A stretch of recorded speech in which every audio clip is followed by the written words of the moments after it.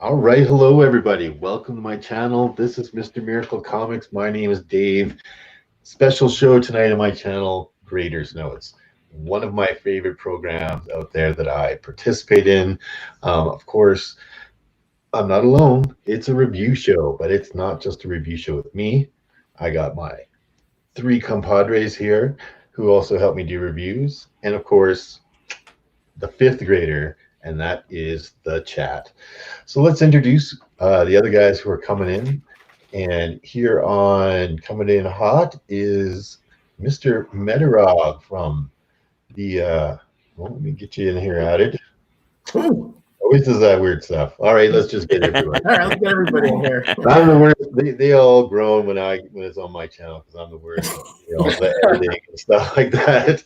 But that's okay. They'll put up with me. Anyway, on my bottom here that's Roger from YouTube. Roger, Greetings, everyone. my friend. You're on his bottom. What's that? You have Medarog on your bottom? I'm in Yeah, the bottom bunk. I left that in the bottom softball up bunk. there. Anyways, on the screen below me, we have Medarog. Roger, say a few words about tonight's show. Oh, I'm excited today, guys. I've been chomping at the bit, for a fortnight here, waiting to get to this because I read this a long time ago and I kind of had a hazy memory about it, but now after I got back into it, I remembered a lot more. So I can't wait to see you guys' take on this. Nice. And of course, off to my, I guess, right side or left side, depending if you're looking at us or if I'm looking at you.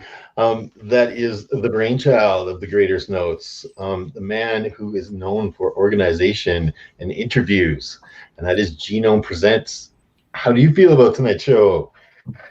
Oh man, I've been chomping at the bit, man. It's hard to do these 2 weeks apart. You just want to do these every week, but quality over quantity is what I always say. So yeah, I'm real excited to be getting into this one. Never read this book. This was kind of after my time in comics, so it was kind of cool to revisit something, that was kind of semi-revolutionary at its time. So yeah, really looking forward to it. It was my first exposure to the book. Nice, thanks, Genome. And of course, last but not least, what the hell was his name again? Oh, right. Comic Head 84. Kenny, what are you doing, brother? Come on, I know you were super excited about this book. Yeah, same boat as Roger, that I had read it, many moons ago. I vaguely remembered it. I had it in trade. I've had this trade for a very long time. Back when I first got back into comics, I devoured a bunch of trades, lots and lots of trades. This was one of them. So I read this in trade format, and yeah, man, I'm excited to chop it up, man, with the Graders Notes crew. The boys are back in town. Nice. All right, wait, go back. There it is. Okay, so yeah, I personally am excited about this one too. This was after my time with comics, but this was just something I picked up along the way from my LCS. I think it's kind of undervalued in that it could still, be a movie. Alan Moore stuff always does come into that, seem to be made into movies a lot. The movie that did get made out of it, now that I read the comic, I'm not nearly as impressed with that movie as I thought I should have been. Anyways, that's just a little bit of a take. Of course, we go through our different categories here on Graders Notes. First, we're gonna grade the cover.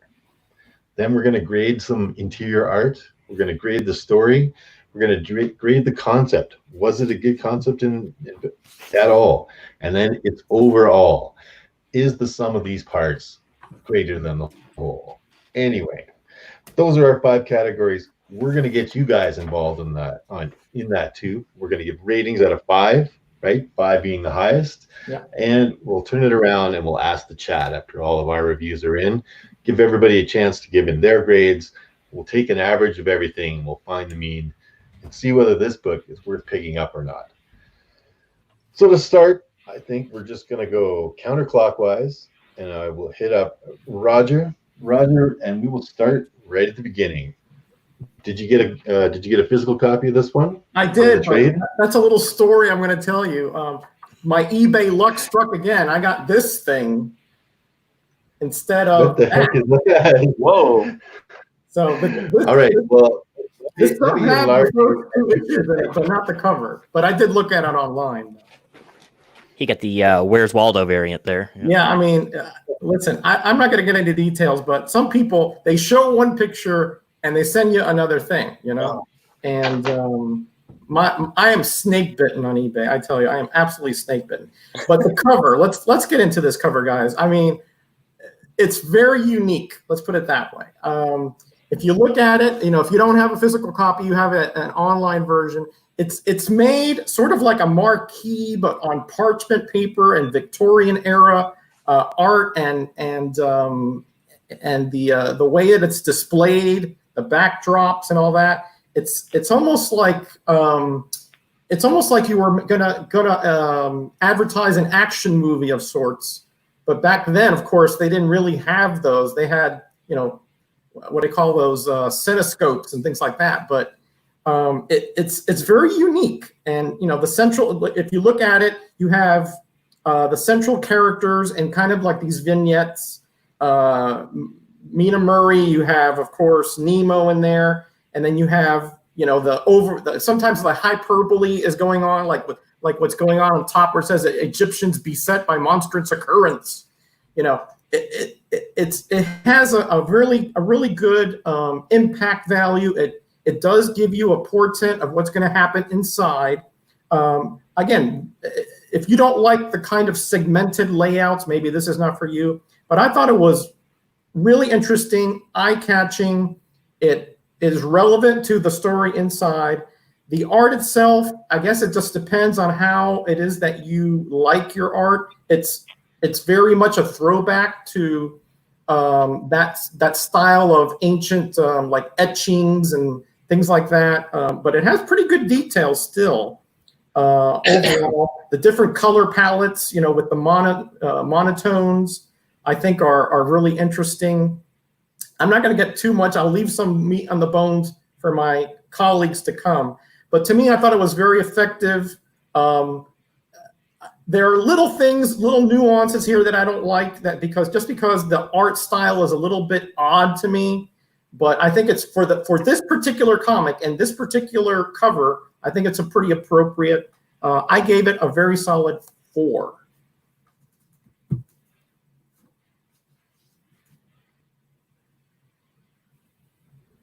4 is pretty solid. I think so. Yeah, it's quite an interesting take on it for sure. Let's keep going counterclockwise, and we'll hit up Kenny. Okay. Kenny, brother, how did you feel about this cover? Yeah. Can you hit this share screen thing I have? You see it? You're playing with fire now, Kenny. Yeah, watch it. Here we go. Because I have the trade, but I don't have the cover. I want to judge the true cover. So I do think it's technically well executed. I think it's on brand. It fits the story. So it makes a lot of sense. It's very fitting, but I don't like it. So I understand why they went this route. Like I said, it makes total sense. It's not appealing to me. It doesn't strike me as a good #1 issue cover. I actually think that like everything looks very of the time. It's almost like an old like playbill, or like I said, like an old like 1920s poster you'd see for like an upcoming play or something. But I think the trade dress up top, I don't think that text fits very well. It throws me off. I think they could have done a way better job on the actual trade dress of the logo.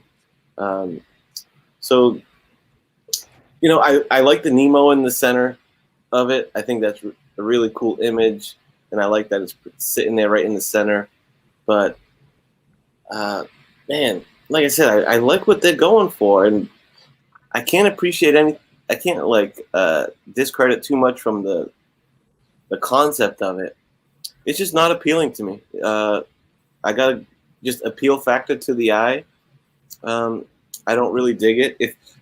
If they went with this one, the cover of the trade would have gotten much higher marks for me than what the actual #1 issue is. I think this is a way more appropriate cover for #1, but the not so much on the comic. So eye appeal factor doesn't really do it for me. So it's not trash because it gets lots of points for being appropriate, but still a misfire for me. I'm just going to give it a 2.5. 2 and serviceable by definition. The first serviceable of the night. That's right. First serviceable of the night. Yes. 2.5 is a serviceable mark. I think you made some pretty good points there, for sure. How about you, Mr. Genome? How did you feel about the cover? Do you agree with Kenny or do you agree with Roger? Wow. I hate to cop out, but I'm going to have to meet him in the middle somewhere. There's going to be an ongoing theme with this book is at first I didn't care for it. And then I looked at it again and I cared for it a little more. So this is like a, 19th century playbill or, first thing I thought when I saw this was P.T. Barnum. This is like something that would be at the circus, same kind of thing. So I think a lot of the art style and color palette kind of lends toward that. I do like the monochrome backgrounds and all that with a little bit of standout characterization is nice. I'm with Kenny. I don't like the trade dress at all, even though it is kind of time appropriate. It's something you see outside of a magic show, at Coney Island or something. Let's start out some negatives. I don't need this down here, for goodness sake.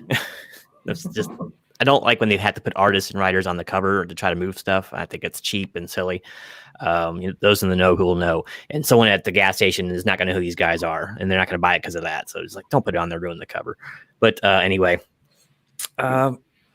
if I walked past this on a rack, I probably wouldn't give it a second glance, which is kind of a shame. I'm sorry I got the green screen going, so it's making this look kind of wonky. But and I'm not crazy about the art style, but it is fitting. And Ruli said it himself here in the chat. He's like, the art style works for the book. I wouldn't want to see it all the time, though. And I can kind of agree with that. And same goes with the cover. I do give it some good marks for being pertinent to what's actually inside the book. Like this whole thing details what's going on inside the book. So I like that sort of thing. And of course, my green screen probably messed this up. Upon closer inspection, you see some pretty wonky stuff in this cover too. Like the demons, the opium demons that are over this guy's shoulder. This one's especially cool. If you don't look too close, you don't notice it. Sorry, my finger's on the wrong side. But so we got a dead body. They broke in to see a dead body. If you notice that her torso's up here, and then you see her legs all the way down here. So it's like, oh my gosh, someone just sliced her completely in half. So there's some really interesting things going on here. And like this Mesmero character they have going here, which is Nemo. But so it is, I think it's drawn this way on purpose. Time specific. Maybe sometimes though you shouldn't aim for perfect carryover from the time. So I'm gonna go above average. I'm gonna give this a 3. While I don't particularly enjoy it, I can definitely appreciate what they did here. And I don't know if it's a really great first edition or first issue kind of cover, but I like it. Every time I look at it, I like it just a little bit more for its execution, if not for its style. So yeah, I'm gonna give it a 3, above average. Nice. Slightly above serviceable. That's where you're landing with that one. It's close to 3.5. Just didn't quite get there. No, actually, you know what? I probably preferred it in black and white, to be honest with you, as opposed to all those different colors on there. But another nitpick. So or very muted colors, very like they had in the old pictures, where you had really like more like just bland pinks and grays and beiges. That would have been more effective. Yeah, I agree. Yeah. It looks like the colors just kind of threw up all over the page. There's that's I blocked it for that as well. Yeah, I just didn't want to get into every little detail. Yeah. Nice. All right. So for me personally, I kind of fall in the middle on this one as well, right? Like the cover, I get it. It's like being a circus act or the sideshow or whatever, where we've got all the freaks, right? And they have those big posters to draw people in. the thing is, those posters were huge. They're the size of like a sheet of plywood, right? And they're hanging up in different areas and stuff. So when they have all these little pictures in it, the pictures are actually quite large, right? And you can see all the details in it. When you bust something down into this small, if you're cruising along in the comic spinner or along the racks or whatever in your LCS, this just blends right out. It looks like a mess, right? Like everything is way too tonal, and then all the images are just way too small and gone. It's too busy, right? I didn't like that at all. I don't mind when they want to put someone's name like Alan Moore on the cover of a comic book because they want to sell issues, and especially when it's an independent comic, they're definitely not going for the masses, right? They're looking for comic collectors, so they want that recognizable name. However, I think it was a big mistake to just put it like a treatment with stars and all that stuff. They could have incorporated Alan Moore's name into this scene, right? Into that whole sideshow thing, like, starring directed by the amazing Alan Moore or whatever on there, right? Just to kind of blend it in with this. This is quite stark, right? It's quite shocking when you're looking at it. And it, again, further reduces the size of this poster picture, right? So that the details are there, but you literally have to get out the magnifying glass to get a good look at what you're looking at. If you're just passing by this on the comic rack, you're going by it. Probably why it undersold, right? Not just the fact that it was an independent comic. I mean, it had some big names behind it, for sure, but definitely was undersold and, kind of under the radar for almost everybody. Not very much availability for it. It wasn't like sent out to like all the little, convenience stores and whatever else that get comic book racks and stuff like that. It was only sent to, direct market. But I think they made a mistake reducing this even further with these extra treatments here. It definitely looks like they just took it in Photoshop, shrunk it down a bit, and then, got the text block and put some blocks in there. Even that big ass price right in your face, right? Like $3, and you're like, man, like you can put that up in the corner. And this comic is older too, right? So yeah, 1999. So $3 in 1999 is quite a bit. You know what I mean, for a comic book. Well, I guess not, eh? I'm trying to think about what prices were around in the 1990s. What were people selling comic books for? About $2 or so at that point, I think. Yeah, I was thinking of like My normal issues $2. were, I think, $1.50, $1.25, $1.50. So that's independent. So Dark Horse was about $3 a piece back in the early '90s. So maybe it isn't keeping. But I mean, it's a typical price for maybe an independent comic, but it's still much more than what a DC comic is or what a Marvel comic is. So it's not going to appeal to the kids all that well. Yeah, I thought they missed the ball. I agree with you guys when you say that the trade paperbacks cover is better, right? I like those little tiny pictures because you get the big detail of the person. And if you really want to get in there and take a closer look at all those paintings in the background, you can. But you can tell they're paintings. You can tell what they are, right? In this, it's quite a bit of a mess. You're like, what is this thing? It looks like a robot squid, and then it looks like there's a bunch of weird guys, doing weird stuff all over this weird place with some half-naked girls. Yeah. I wasn't appreciative of the cover. I think it was a good idea to kind of do it the Victorian style to kind of bring you into the idea of what this book's going to be about, but I think it was executed poorly. So I actually gave it a 2.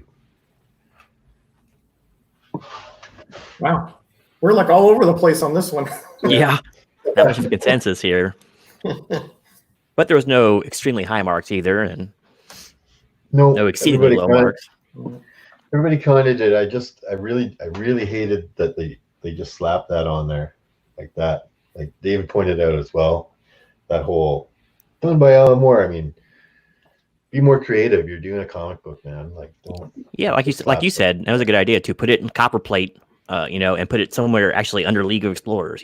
League of Explorers by or presented by Alan Moore or something like that. Showing tonight at Alan Moore's Theater. Or Alan Moore's Mystical Sideshow presents, or whatever. But of course, we have one more grader to chime in on this one, and it's our most important grader, and that's you guys out there in chat. So if you guys are watching and you want to chime in on how you feel the cover is on this book, please do. And we will tally up everybody's score and give a sort of a mean of what the audience figures the book is. So go ahead and put in your chats or your grades now. Let's just bring that guy. Yep, there it is. Here it is. Yeah. There it is. Right, so Yeah. I need a think picture of the maybe cover. one, Let us know. if this was like really blown up, like you said, like a poster on a plywood board size thing, it'd probably look really cool. Yeah. The more you shrink it down, the more it loses. That white border is just It's way too generic. big. Yeah, and then the border on top of that, it's like, oof. You guys ever played with those shrinky dinks when you were a kid? Yeah. You know, those things you put in the oven and the fucking drawings went super small. We Yeah. ate them. Tried We to called draw them something little cool, and roll-ups. What the hell is a shrinky dink? Well, you know, You're too maybe they young. call it something different in the U.S. I You guess. don't even know about those. What is this Canadian mysticism you speak? It's like a sheet of plastic, and then you draw on it, and then you put it in the oven, and it shrinks It down, shrinks. but your drawing stays there. Yeah. Wow. Yeah. It You comes never seen back. this? I'm gonna send you some shrinky dinks. Send me Oh, some shrinky dinks, man. They still make those? I'm sure they must make them. Yeah, this is exactly like one of those, something that would be like in a like you said, like in a sideshow, or it would be like you said, this, you know, some of these were on canvas 10 feet tall, and that's what they were going for here, you know. And I really like that they tried to sort of be true to the interior by the exterior. That kind of honesty in the cover. But you're right, if they would have gotten rid of the border, incorporated the credits and so forth into it, or put it on the back or something, it would have been better. Absolutely. And Unruly's on fire tonight. Just Yeah, you guys say that. Well done. Well done, Unruly. I still got a shrinky dink. I should man. really pick up on that one. Yeah, we're already going down that road, I see. Yeah. All right. Could have jokes all over. Are we All right, ready? how we looking for grades? Yes, All right. You ready with the 84 Abacus? indeed. All righty, here we go. Unruly 3.5. Bill comes in with a 3.0. Russ 1. The circus theme cover. I'm just not a fan of circuses.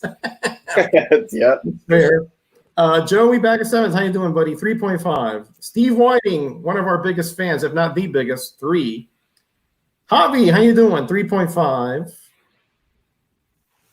Scott 4. I think it stands out from the normal. Yeah, in an age when everything was explosive covers. Yeah, I agree. Agree. Yeah, I agree. Like most of my marks came because it was very original. Like, and it was a good idea. It's just not the proper format for it. Like, yeah, agreed. I just didn't bother with quite as much as I thought. The originality kind of trumped that a bit. Yeah. It's better than those current crap posing covers they pass Much off better. nowadays. Yeah, So. I don't mind busy covers, honestly. That's not one of the things that really bothers me. Chat grade was a 3. Oh, that grade was a 3. Damn. Gino is Right around we were. Hey, every dog has his day, Gino, you know? That's hedging my bets a little bit. Yeah, you were like 3.5, maybe. Yeah. Yeah, I went back and forth. Like I started out with 2, and then I read the book, and then I looked at it again, and then I read the book again, and I was like, "This is better on second viewing." So I went a little above. So All right. Well, let's stay on the art. I want to stay on the art right now because it's the same interior artist as did this cover. Now, we were kind of back and forth on the cover. Let's see how we figure out what's inside this book. Kenny, we're going to start off with you, brother. Please give us your take on the interior art. Okay. So we open this thing up, and I start to see the style that we have. And I'm like, okay, we're definitely in. This is definitely an indie comic. We got an indie comic style on our hands. And I started to have a little preconceived notion of what was to come, right? And I'm like, okay, it didn't knock my socks off right away. But then, as I got more into this book, this artist, this is like almost, this is like a tour de force by this artist. The more, when I really started paying attention to what he was doing, the artist is doing the heavy lifting of the storytelling in this book, in my opinion. The cinematic panel changes of like when the ship is about to arrive, you get a panel full of bubbles, and then you go to a different scene. What a great transition panel! And I just breezed by that. I'll let you guys maybe touch on that page, but he is. You could tell has a knowledge of comic books. You can tell he's a fan of the comic book medium, and he like does so many cool things throughout the book. Everything is granted. It's a bit of there's some simplicity to it. As I'm looking at him, like this art style reminds me of something, and you know who it reminded me of is the style of Tim Sale. Tim Sale, if you guys are Batman Long Halloween fans, one of the best Batman stories. It's a very Tim Sale style. I don't know what the chicken and the egg is, who came first, but Tim Sale style of simplicity, some exaggeration, but really fits. And this guy just goes to town on these full page spreads. But it was, and I'm big on like when a guy uses like a whole page, you should tell the story and have cool panels throughout. And then when I'm done reading the panels on the page, I like to stand back and look at the page as a whole.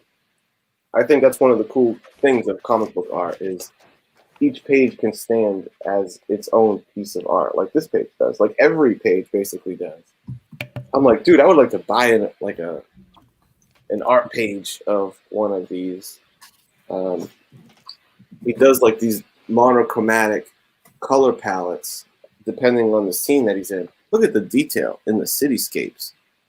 I was just, man, so impressed. I could probably gush over this for like 5 minutes straight, pointing out all the little cool things I appreciate about it. I was not expecting to like really get blown away by the art in this thing. Because at first I was like, okay, here's a very little detail indie style comic again. There's a lot of those that I feel like is because sometimes it's like that because low budgets, they can't pay an arm and a leg for the per page rate. So these guys are like knocking stuff out and it's quick and it's simple. But this guy, while he does have a simple style, there's tons of detail. Everything looks deliberate. And again, he's pushing the story forward and telling the beats of the story better than Alan Moore. You know that guy, Alan Moore? He's kind of known for writing. This guy is telling the story better than Alan Moore. Really impressed. Loved it. I could make little, maybe little critiques here and there, so I'm not going to give him the perfect 5. My favorite panel, by the way, here, when the guy's about to go into the opium pass out, the way that Nemo's face, look at that, just like a 2-color palette, and it shadows out. And then shadows into this page. Like, so many cool little things like that. I'm going to give this a 4.5. Really liked it. Wowzers. 4.5. Nice. Yeah. That's huge marks. It is. That's close to the promised land. Yeah. Pretty good point. Most of the promised land, Yeah, he came pretty close. This is definitely a style of art that's polarizing. You're either going to like it or you're not going to like it. So, Yeah, I think so. David, how did you feel about the interior art of this book? I'm afraid I fall into the latter category on this one. Let me start with some positives. The artist obviously has a really good command of perspective. Like, I couldn't find any really wonky shots here where things in the background or characters a little bit off the side or behind didn't look right. So that is great. Like, I like just good little weird angles, like this guy laying in bed. He gets it right. The backgrounds, especially in the second half when they get into the city, are stupendous. they're better than the foregrounds a lot of times, I'd say. See, Kenny already showed some of the good ones, but like these cityscapes are really impressive. Just like loads of little details, even down to little bricks and all that. He just would make it all solid. And most of his backgrounds are kind of monochrome, but that's all right. It works. Makes the characters pop a little bit. I like his use of lighting all throughout here, like the lit windows and all that. It's a very nice touch, and there's a lot of that because there's a lot of this night scenes in this book. Like every individual lamp is nice and lit. Very cool. But I don't like the art style. I just don't like it. Maybe I'm old school purist. I don't know. As soon as I saw this guy, I thought of the animated series Penguin. That's what I thought of when I first saw those little pointed legs and all. But I don't like how he does his faces. Just, I don't know. They all seem really static, and it's just not really for me. There's quality here, and he might have been, once again, taking direction here. Like, here's how I want it drawn. I want it to look just like those posters you saw in the old days, like the cover. I want that to carry on all the way through. And I don't really think that's really fitting for this book. I mean, it's amazing what this guy can do when he's not asked to do something like in a style. This is just a well-drawn, awesome splash page, right? And I have a feeling he could do that all the way throughout if he wanted to. So, yeah, high marks for certain technical aspects of it, but the art style just wasn't for me. So I'm gonna give it a 2. It's probably not fair. It's obviously quality work, and it is an indie book. I give it some leeway for that, but it just didn't blow my skirt up. So I'm going to give it a 2 on that one. Half of Kenny's score. Wow. Okay. Well, everybody's entitled to their opinions, as it were. Let me give you my opinion on this book. So I fall into the former, right? I do like different stylized art, right? I expect superhero books to have a very superhero-esque art style to it. However, when I get into independent comics that are telling a more gritty story and stuff, I like to see a different style, a different take on stuff. This guy, Kevin O'Neill, it's not just backgrounds, like everything. Like, look at all like panels of all those guys tumbling. Everything's in perspective. I mean, you say he has expressionless faces, but even that one, like, oops, sorry, go the other way. We've got Quartermain, and he's watching the Nautilus come out of the water, and he's not quite sure. He's believing his eyes there, right? I like that panel. I thought it was a good one to show as an example that he has a good facial expressions. It isn't like, it's not that style, that very realistic style, I know. But it does have quite a good things. Everybody stops on the splash page. Everybody loves that Nautilus splash page. There's some really cool stuff. There's tons of cool transitions to this thing. The backgrounds are crazy. I mean, when it calls for blood, he's ready to like shoot out the blood when he needs to, right? But it's not a bloody book. Like, there's not a whole lot of blood in it. There's these violent moments that do have some blood, but it's not overly done. This cityscape is crazy. Yeah. And then he does stuff that's very not crazy, like very plain backgrounds, very like quiet, demure backgrounds. And when he's got those kind of scenes, it's at night, and they're involved in something, and it is a quiet time, and it's supposed to be kind of lonely and stuff. And I think he captures that very well. Even all the stuff on the walls, and when Hyde's busting through here, right? He doesn't have to put electrical cables and stuff in there, but he does, and I like it. There is some really great art in this book, and just a couple of things. Other than that, I gave it a 4. Right? I thought it was like really well done. If you do like that stylized kind of art, like I said, it's not everybody's cup of tea. I understand that not everybody's going to like it. But I like everything from Bernie Wrightson to John Byrne to Kevin O'Neill, right? They all have their own very distinct styles, but they all have a very something to say as an artist. And I think Kevin O'Neill did. It's not just the typical, I'm trying to be stylized guy. I think he put something into his art that most artists just forget. He's just, I don't know. I thought it was very good, and I gave it a 4. Nice. My personal take, Very nice. Roger, you're going to be the last one up on the interior. All right, we've been Oh, back and forth here, bud. Back and lucky forth. me, lucky Where me. you fall on this guy? Okay, well, I have mixed reactions about this, but I sort of have a little bit of what all of you said, parts of it, right?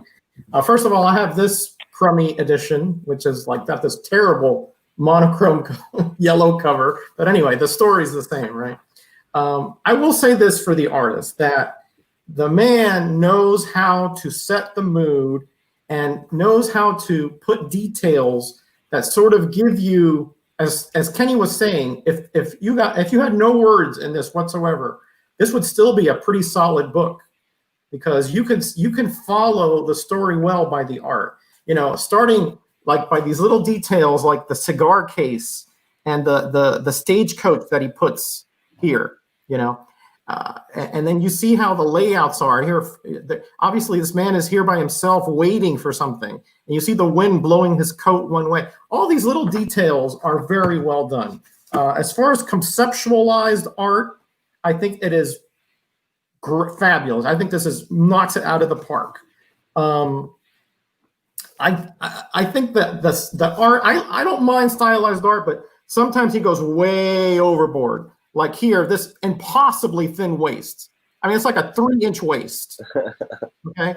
And then this gentleman, I understand the position. You know, this gentleman here has about a 60-inch waist. Again, he's telling you something by that. Okay. But I think it's a little bit too exaggerated.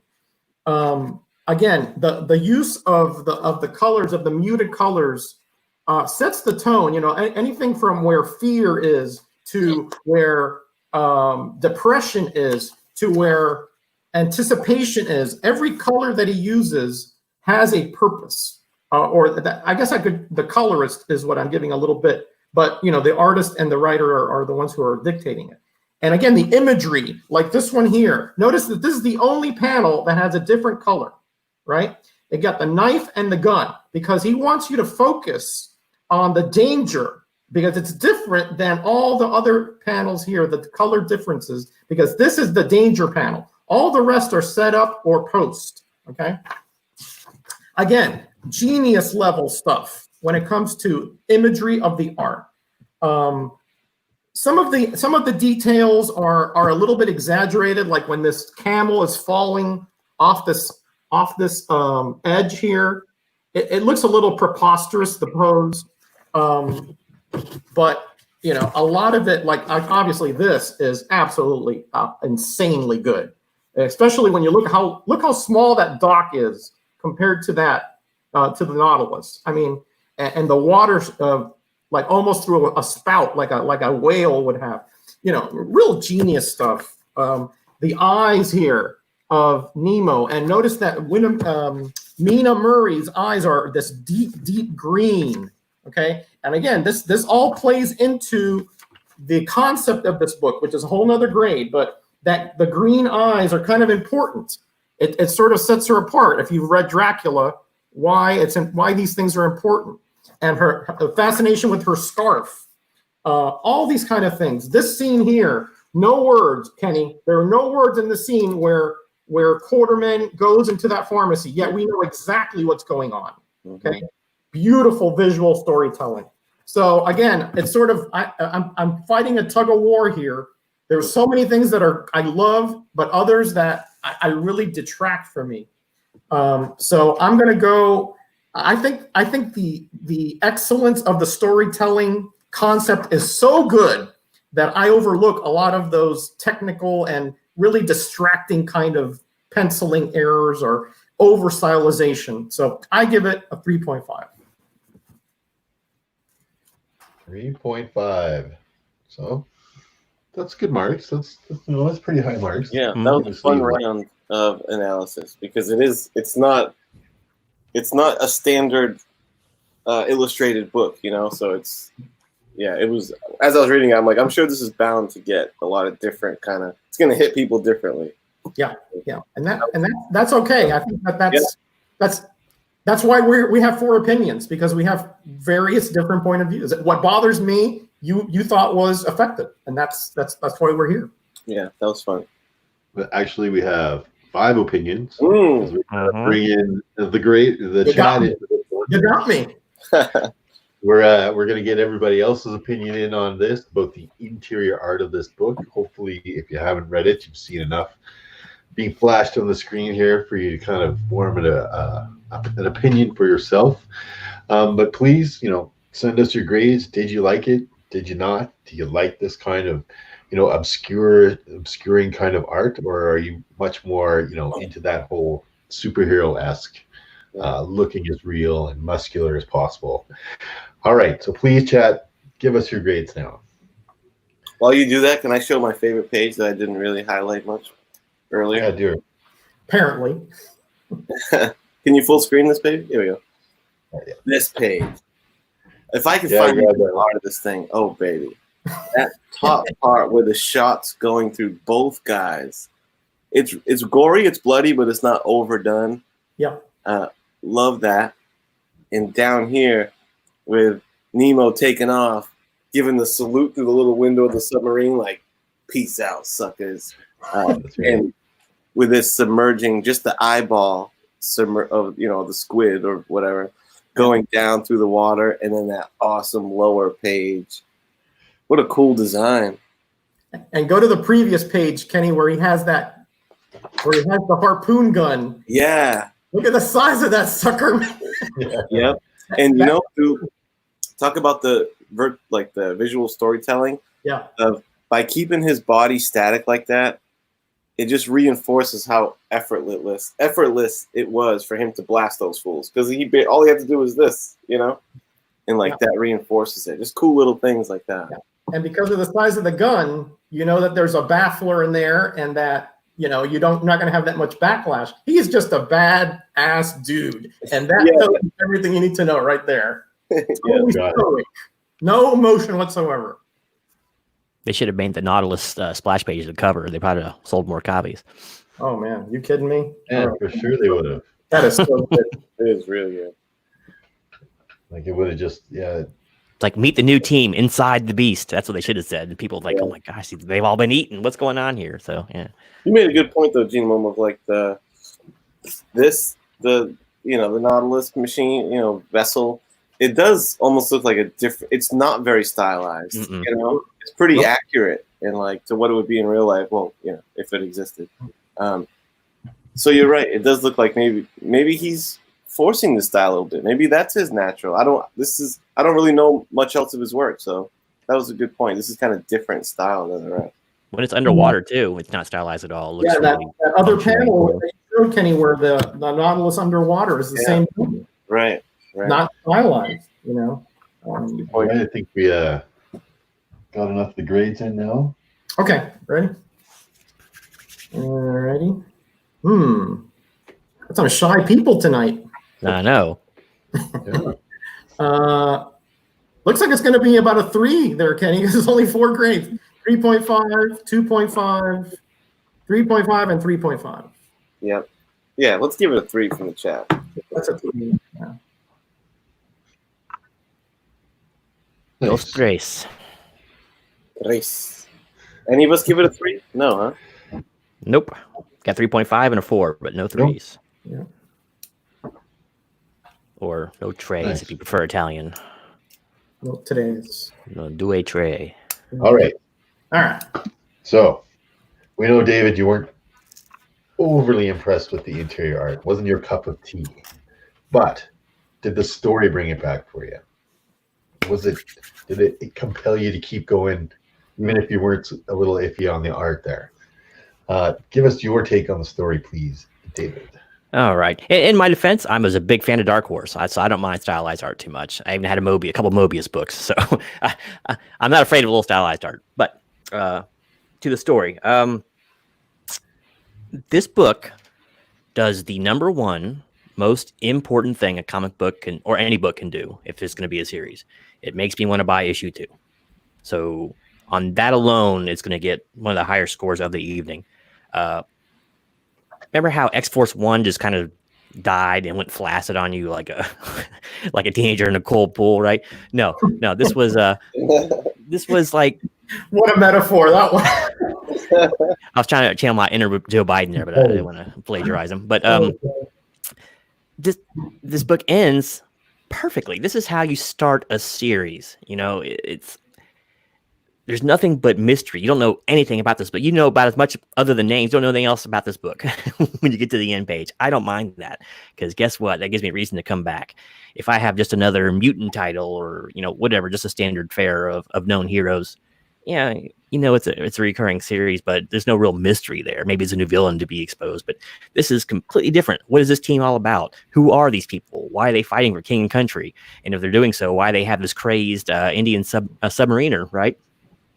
So really cool stuff. Apparently, and I don't know if this is going to be, because I've never really read the series, if Quartermain's going to be the de facto leader of the group. I never saw the movie either. So, but so how do they find this guy? Oh, he's not working out in a room or beating up bad guys. He's sitting there smoking opium, and he's turned to a scarecrow, and looks like Calcutta, but it's actually Egypt, right? So, really cool themes here.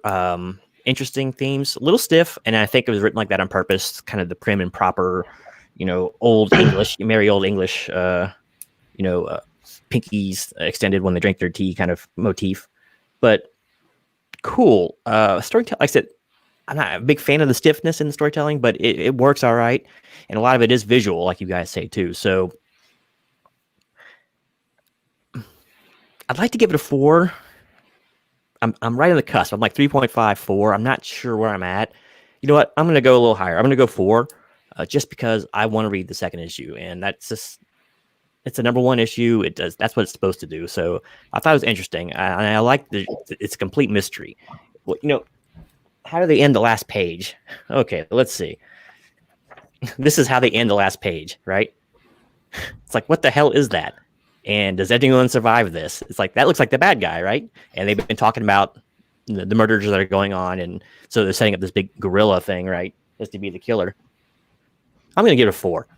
I like what this thing did, and I can look past some of the little more stiff aspects of it. Like, I didn't care for the lady at all, but I know why they made her that way. But I didn't really enjoy her. But I like basically all the other characters, and just it intrigued me. So I'm going to give that a 4 for story. Nice. That's pretty high praise.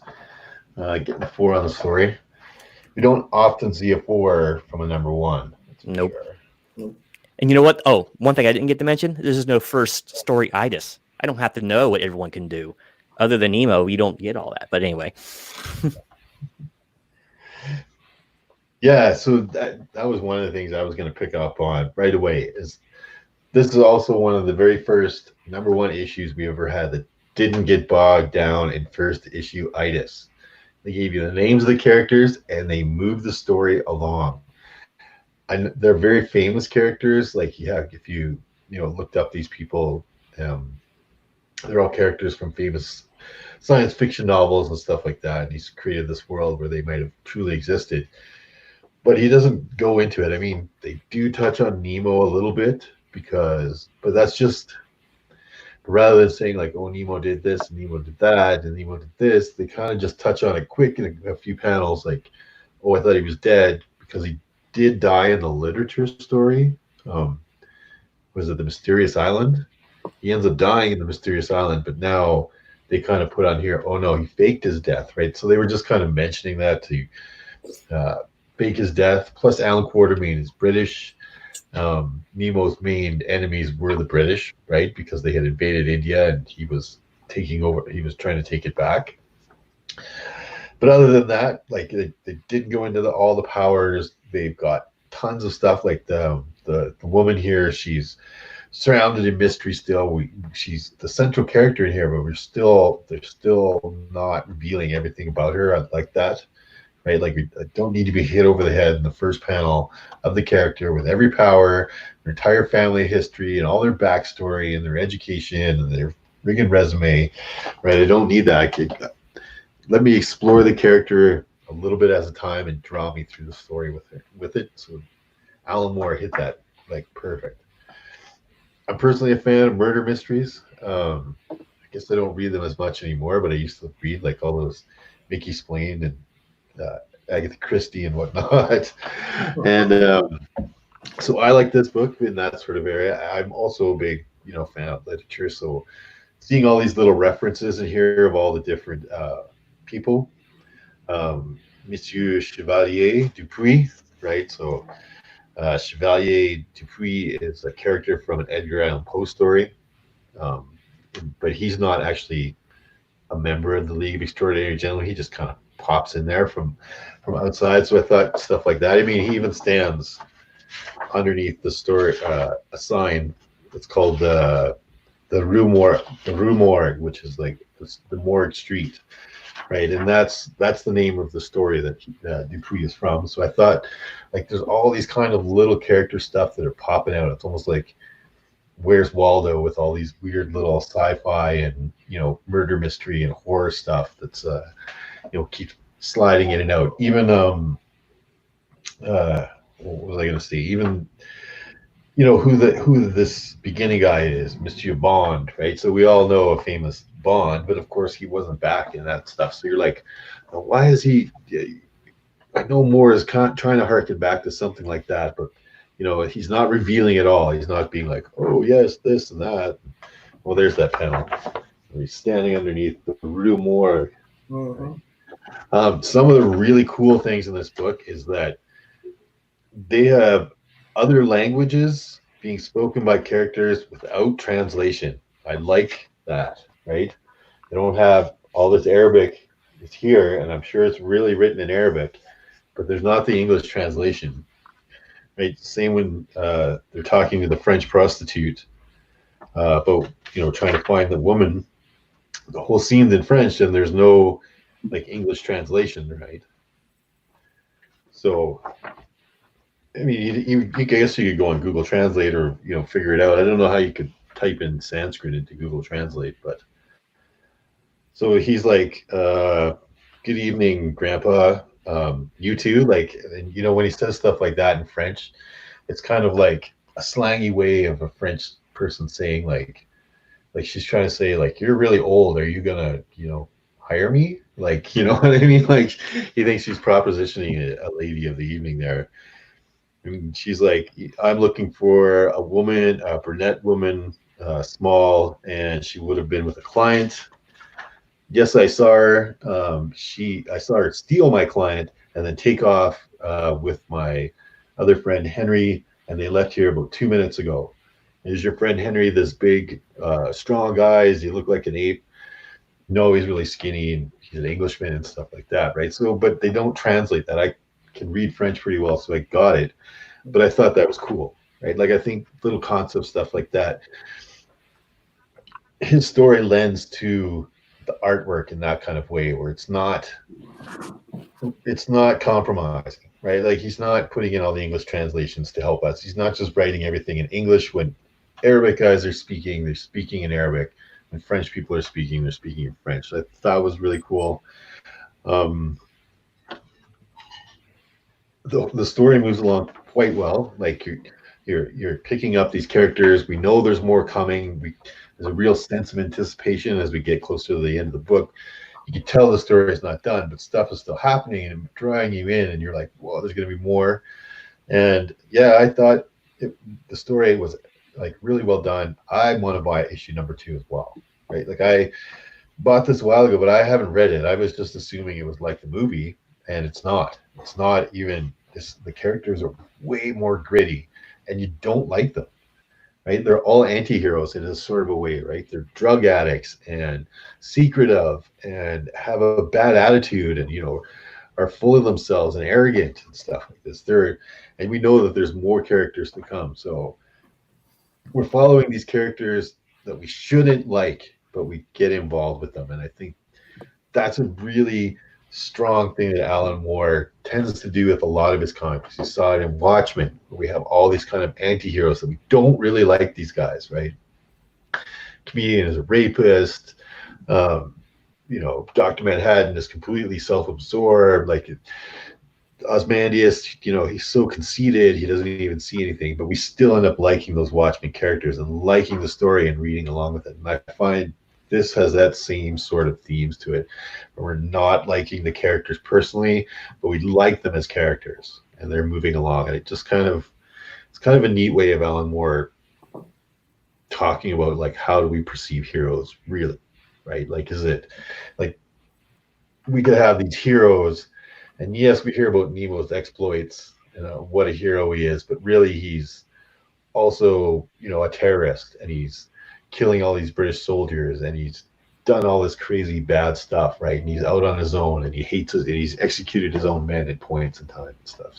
So he has all these bad qualities, but yet we hold him up like this hero. So for me personally, I gave the story 4.5. I thought it was excellent, and sorry I went a little long there, guys, but a little. I really enjoyed the series. Half an hour ago. I don't know about the rest of the panel, but I'm just relieved that one of us here could read a dead language. That was great. Dead language. Just be more. I have a friend of mine who's Arabic. Maybe I can get him to read the Arabic part for me. Lebanese.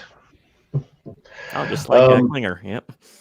What's that? Just like Klinger, Jamie Farr from MASH. That's right. He was Lebanese from Toledo. Yeah, Lebanese. Anyways, a person who's not from Toledo and is not Lebanese, and he's in the panel below me. How did you feel about the story, Mr. Medarog? Chevalier Medarog? Chevalier. I do read it myself, but the Arabic was beyond me. You didn't leave a lot of meat on the bone there, Miracle. But, right, brother. Sure you are. But I think you kind of went into the concept for a while too. But that's what I was going to say, though, that it's hard to judge this story as just story because so much of the concept is ingrained in it. That sort of there's almost a no way to not segue into the concept, but I will endeavor to do that. First of all, Moore, I think as far as dialogue, hits it out of the park. Obviously, this comic, the interesting thing, it's created by Englishmen about, Victorian English writers and their characters, okay? And I think that this period language that he uses is just so on point. That the English stiff upper lip kind of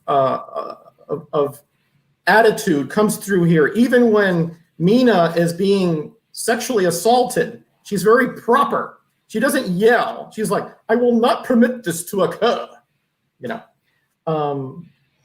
And the way that he creates these characters and a universe around them is really brilliant, because these are characters from diverse universes themselves with different writers, and he sort of creates another world here, another dimension with these characters that they live and they interact and they intersect. And like you said, Dave, these are heroes that are three-dimensional. They're flawed. They're prideful. They're revolutionary. They're addicts. They're, sexual deviants. They run the gamut that we find in society. So as far as the character building and the dialogue, I think it is absolutely fabulous. It's interesting what Genome said was on point. That last panel, you cannot say to yourself, "I am going to leave this book," because you got to find out what's going to happen.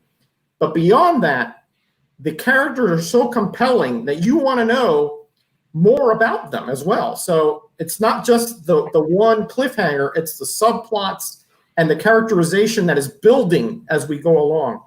I didn't mind the Mina character that much. I think, if you've read Dracula and Bram Stoker, you're interested in her to see, what it is. This is sort of like a sequel to their adventures, like what happened afterwards. I find it fascinating as a fan of Victorian literature, and H.G. Wells and Jules Verne. I'm a huge fan of theirs. it was engrossing stuff. The one thing that I have a big problem with Alan Moore is that I don't know if it's fascination or obsession with rape and demoralization of women. And I understand that it occurs in society. I understand that it is prevalent in society, even, but it's like everything he writes has that overtone. And there's like 3 instances in this one issue of that kind. I don't need to be sledged over the head with that constantly. It's unnecessary and it's just indulgent at some point from his standard. So to me, that was the distracting aspect of it. But as far as the dialogue and the characters, they're 5s. Moore, if he could control himself a little better, would have been a 5 as well. But as is, I can only give this because it's just so grating to me that he keeps hammering me with that, and I really resent it. I give him a 4. Well, fair enough, right? Like there was some gratuitous stuff in here for sure. I always pictured Moore as having like the dungeon in his house. I always pictured him like that. I don't know what his private life's like. So we got one more grader, 2 more graders, but one more panelist to chime in on the story. Kenny, brother, how did you feel about how this story laid out? This writing sucks. This is the worst outing from Alan Moore. Just kidding. I just wanted to perk the chat up. No, it's not that. I don't think it sucked. I also don't find it to be like my favorite Alan Moore writing necessarily. The prose on it though is one thing. A critique that I sometimes have with Alan Moore is he can get real wordy sometimes, and I think he can be like a self-indulgent writer, and sometimes he could benefit from a good editor. You know what I'm saying? But he doesn't get too carried away, and especially with this kind of dialogue, the old English flowery language where the dialogue tends to be a little more flowery to begin with. He's actually showed pretty good self-restraint. Like we were showing how there's some that are like whole pages where there's not dialogue on it, and even some pages where it is, there's only, there's a few bubbles in there, and then, but he doesn't overdo it. Like this whole page, he just lets the art do the talking, which, to his credit, I think it amplifies the art. Good on him for that. I do sometimes find the dialogue a little dry, I know it's of the time and all that, but some of it strikes me as dry. I'm like, okay, and I kind of want to get through certain parts, but then at other parts, he's drops like great dialogue of when the quartermaster is, he has to basically go through the withdrawals of the opium. And he's like, please, I feel so sick. I need my medicine. And Nemo, who all the dialogue from Nemo is top shelf in this. Yeah. He says, you are aboard my ship, sir, and my remedies are bitter.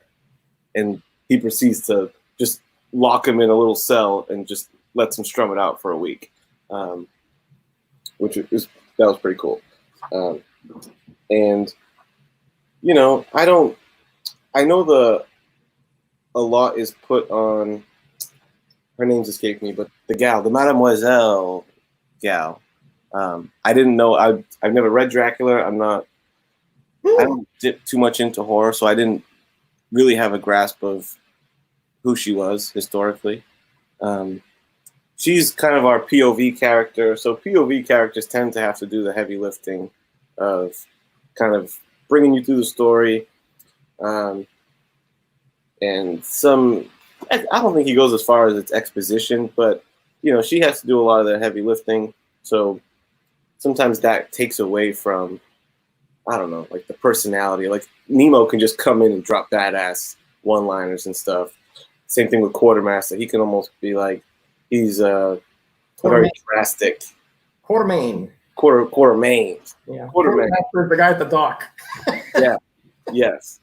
he's a very extreme character with what he's going through. So, anyhow, some of it was dry, but I still think it's very well written.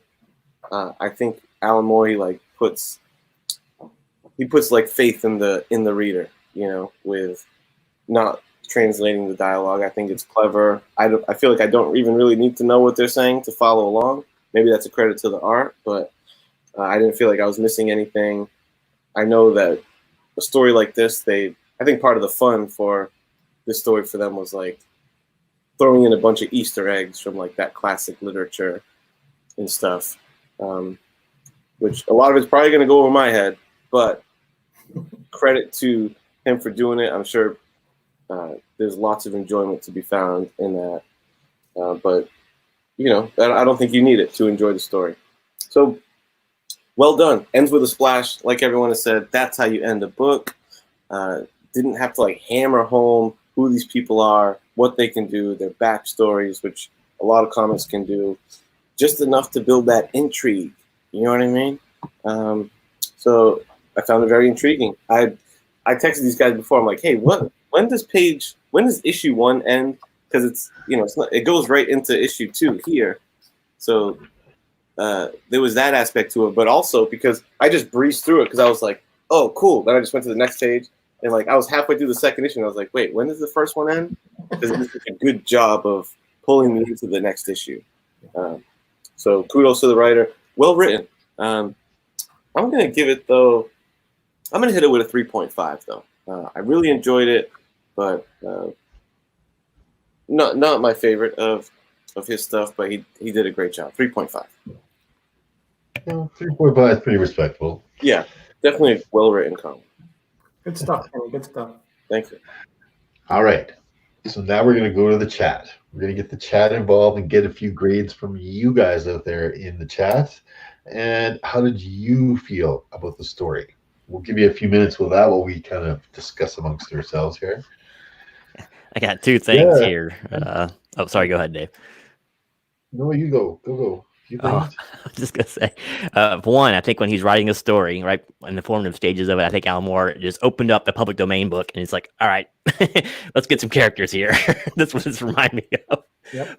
The second, it's not a bad idea to do something like that, right? Like, I mean, you take all these kind of Victorian age obscure characters and make a superhero team out of them. Mm-hmm. Like, that's kind of cool.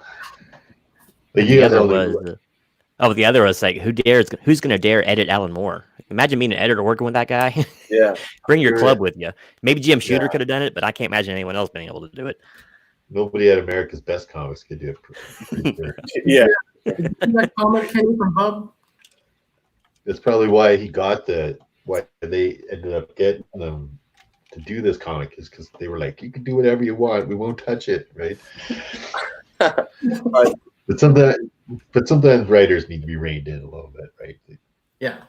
There is some pretty John Byrne. I mean, I don't know. There's a few things that could have been left out that were a little gratuitous. Like, I understand what you're saying, Roger. Like, but in another way, I think that he's also trying to set like there's this sort of element of danger, especially towards women. Like, there's a lot of racism and sexism in this book, but there was a lot of racism and sexism in 1865 as well, right? Yeah. I'm good with the sexism and the racism. I think that it's just the way that he bludgeons us with it that I resent. Especially in the tone of the book, right? When you're talking about these characters and how that they relate to each other and to the different, the dangers they go through are real, but they're almost at a very English level, a very toned down level. But yet those parts are very much, ramped up. So that's what I'm saying. He just gets a little too obsessive for me, Not just in this book. You read V for Vendetta, Watchmen, From Hell. It permeates all his stuff that I've read, all his stuff. Well, maybe not the whatever happened to Superman, but otherwise, it's like too much from him. I don't find the characters in here as vile as I find the characters in Watchmen. and I especially don't find them as violent as I found V. Like I thought the character V was crazy over the top violent, like way too much. But yeah, I don't know. I like it, and like you said, it's smart money if you could just take a whole bunch of public domain characters and write a story about them. No, You don't have to pay You already got anybody. back. You already got back history. You already know their abilities. yeah. Yeah. And Kenny, I will be sending you a copy of Dracula at some point in the future. You cannot be a comic fan and not have read that. It is fabulous stuff. Did Moore write that too? Were you talking about a novelization? Bram Stoker wrote it. Well, because you said comic fan, so I thought maybe it was a comic edition version. There's Dracula. a comic adaptation of it. Carnage Human Vampire. Dracula. Where do you think we got the concept from? Fair Holy enough. smokes. Good old Vlad Tepes. Yeah. The education of Kenny is continuing. On No, I know the original Dracula is not a comic. No, it was a no. No. We haven't upgraded it yet, I think. the horror elements that are in there of what permeated comics later on. That's my point. Listen, we'll have this conversation some other Okay. Oh, Yeah, do yeah, it. brother. The grade, the chat grades, and we'll get to that. Comic Bad Musings. He put a score in earlier because he had to go, but Yeah. he put a 4 in. Just He put in a 4. Mhm. Russ a 3. Unruly Simeon a 5. That's it. Unless you see something I don't. Well, Bub said he gives it a 5 too because Simeon gave it a 5. Oh, I see. Okay. So it's like a 4.5, 4 something. Yep, quite high grades for the story. I mean, it's a good story. It's well written. One of the things I like about Moore is he doesn't have cheesy dialogue, right? Like his characters are well spoken. Oh yeah. No, his dialogue to me is fabulous. I no problems with it.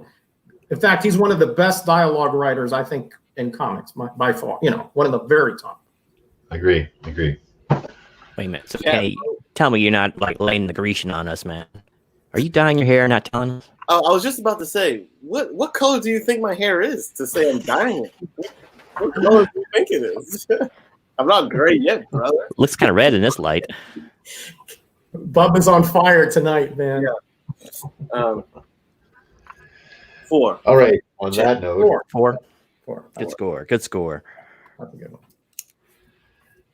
so now let's check out the concept of this book.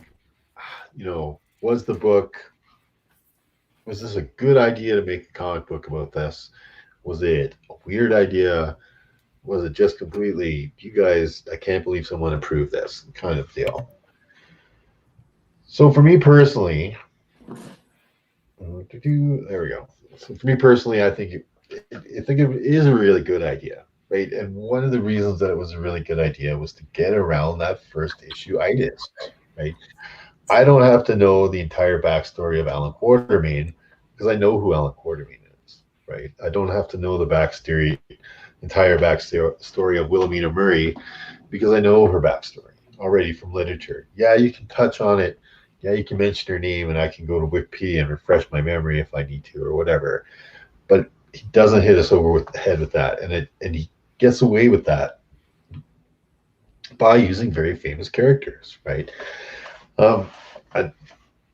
Making these guys more, just like they're supposed to be heroes, but they're just barely there. You know what I mean? So he falls again in that same sort of Watchmen pattern where he's making these very borderline, term hero as it is, right? Like these guys are doing bad things in behind the scenes. They're ignoring each other's bad behavior as well and all sorts of stuff. Like Alan Quatermain just blows those guys away, right? Like he didn't even hesitate with the gun. And same with Nemo, he just shoots those guys with a harpoon. Like, oh, you're attacking? Psh, done, right? Like there's no hesitation with these guys, and that's kind of where he's taking us on the first issue itis in that sort of direction. In that they're like, okay, this is the Nemo but this is the Nemo really. Like this is what he would be like really. He'd be quite like terrifying. He'd be a terrifying individual for sure. So I thought the concept of taking these characters grittying them up, changing their backstory, and presenting them to the audience in a completely different manner than what you're expecting. Alan Quatermain is supposed to be, he's Indiana Jones. He's who Indiana Jones was based off of, right? So you think of that Indiana Jones style hero, he's very heroic, but then you read this comic book and he's an opium addict and he's, shooting people and all kinds of stuff like that. So concept wise, I really like the concept of this book, and I gave it a 4 on the concept as well. I'm not going to take up too much time because I talked so much last night. The guilt got to him. This is my guilt got. So, you guys don't need to hear me. And from there, we're going to move to Roger. Sir, how did you feel about the concept? I know you were a little hesitant about some of the elements of the story, but the concept overall. Okay, I was waiting for this section greatly, because now is when I can let loose, because I think the concept is by far the strongest leg of this body, shall we say. Because I said, I'm a fan. I mean, Bram Stoker, Jules Verne, H.G. Wells, you even got references for Sir Conan Doyle. Of Victorian adventure writers here. King Solomon's Mines, Quatermain, who's the writer? Haggard, I believe. I mean, Harry? Oh, no. Yeah, I believe that's the writer of King Solomon's Mines. Ian Fleming it just goes on and on. The Easter eggs here are everywhere. And I'm only touching on a few. Edgar Allan Poe, like you said, Murders in the Rue Morgue and Dupin, right? I mean, they're all characters from that literature. Wilhelmina Murray, Jonathan Harker's wife from Dracula, right? I mean, and she was kidnapped, and they reference that, you see the nuances, like she didn't want to take off that scarf around her neck when she was, she was acting like a prostitute. Why? Because she got by Dracula, so it would be puncture marks there, The little details of the concepts here, that they are public domain, but the way that he molded them into this universe and melded them together, like you said, it's sort of an anti-hero team, or a team with somewhat different moral stances, especially Nemo, who was a revolutionary and a pirate essentially. I think it's just brilliant concept. And the fact that you have British writers doing British characters in a Victorian era universe with all kinds of, nuances that I loved growing up, from 20,000 Leagues Under the Sea. I could go on and on. Robert Louis Stevenson, Jekyll and Hyde. There's no end to it. I was so fascinated to see who would come up next in a story that I have read in the past. And like you said, the characters were flawed, but they were so well done. You got addicts, you got sexual perverts, you got revolutionaries. This has it all. And this concept to me is absolutely brilliant. The only fault I can find in it, again, is that darn fascination with that, the Alan Moore. He has to have his way. It's like he has to have his anarchist somewhere in here philosophy to sort of thread everything around it, and that thing with the obsession with women and the sexual attacks and so forth. But the characters, the universe, the way it's portrayed, the way that they come up, they don't, they just don't come up, and say, hey, yeah, I'll join. It's sort of like, well, yeah, I reluctantly come with you. I'll come with you, but only because I'm here in a drug den and I got nothing better to do. Great concept. I can't wait to finish reading it because I forgot the last few chapters what happened, but I know that there's somebody else coming down from H.G. Wells. Yeah, the movie was trash compared to this. Why they have Tom Sawyer and Dorian Gray in there, I have no idea.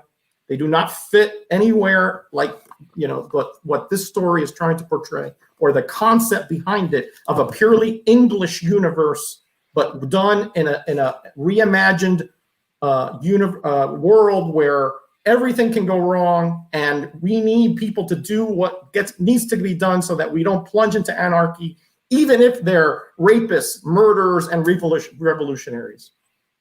Absolutely brilliant. 4.5 for the concept. Boom. Boom. Nice. 4.5. Very high praise indeed. So far, so good on the high end of the scale for the concept. We're going to keep rotating around here, and we're going to hit up Kenny. Brother, how did you feel about the concept here? Yeah, I too appreciated them modernizing the original sources of these characters, like Disney's Finding Nemo, Hollow Man, Kevin Bacon movie from the 90s, Hyde character, which I'm assuming is Incredible Hulk, Marie Antoinette, all these references. No, I'm just kidding.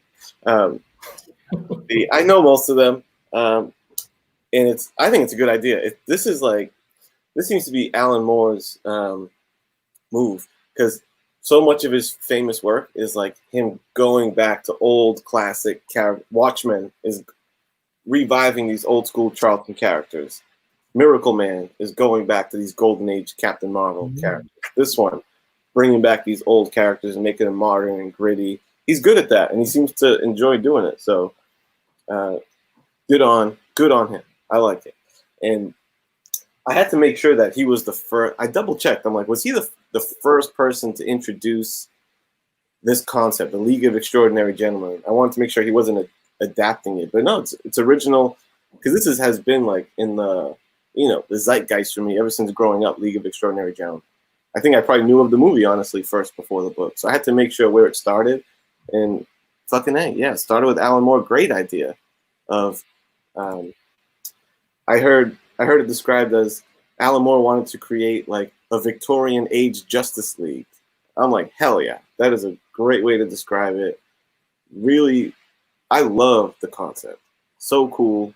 It is kind of like your Justice League pantheon, but with these old classic literature characters. And even though a lot of it was probably going to get by me, I still kudos to all the Easter eggs. Like, you can see the delight in Roger when he's picking the little references in it.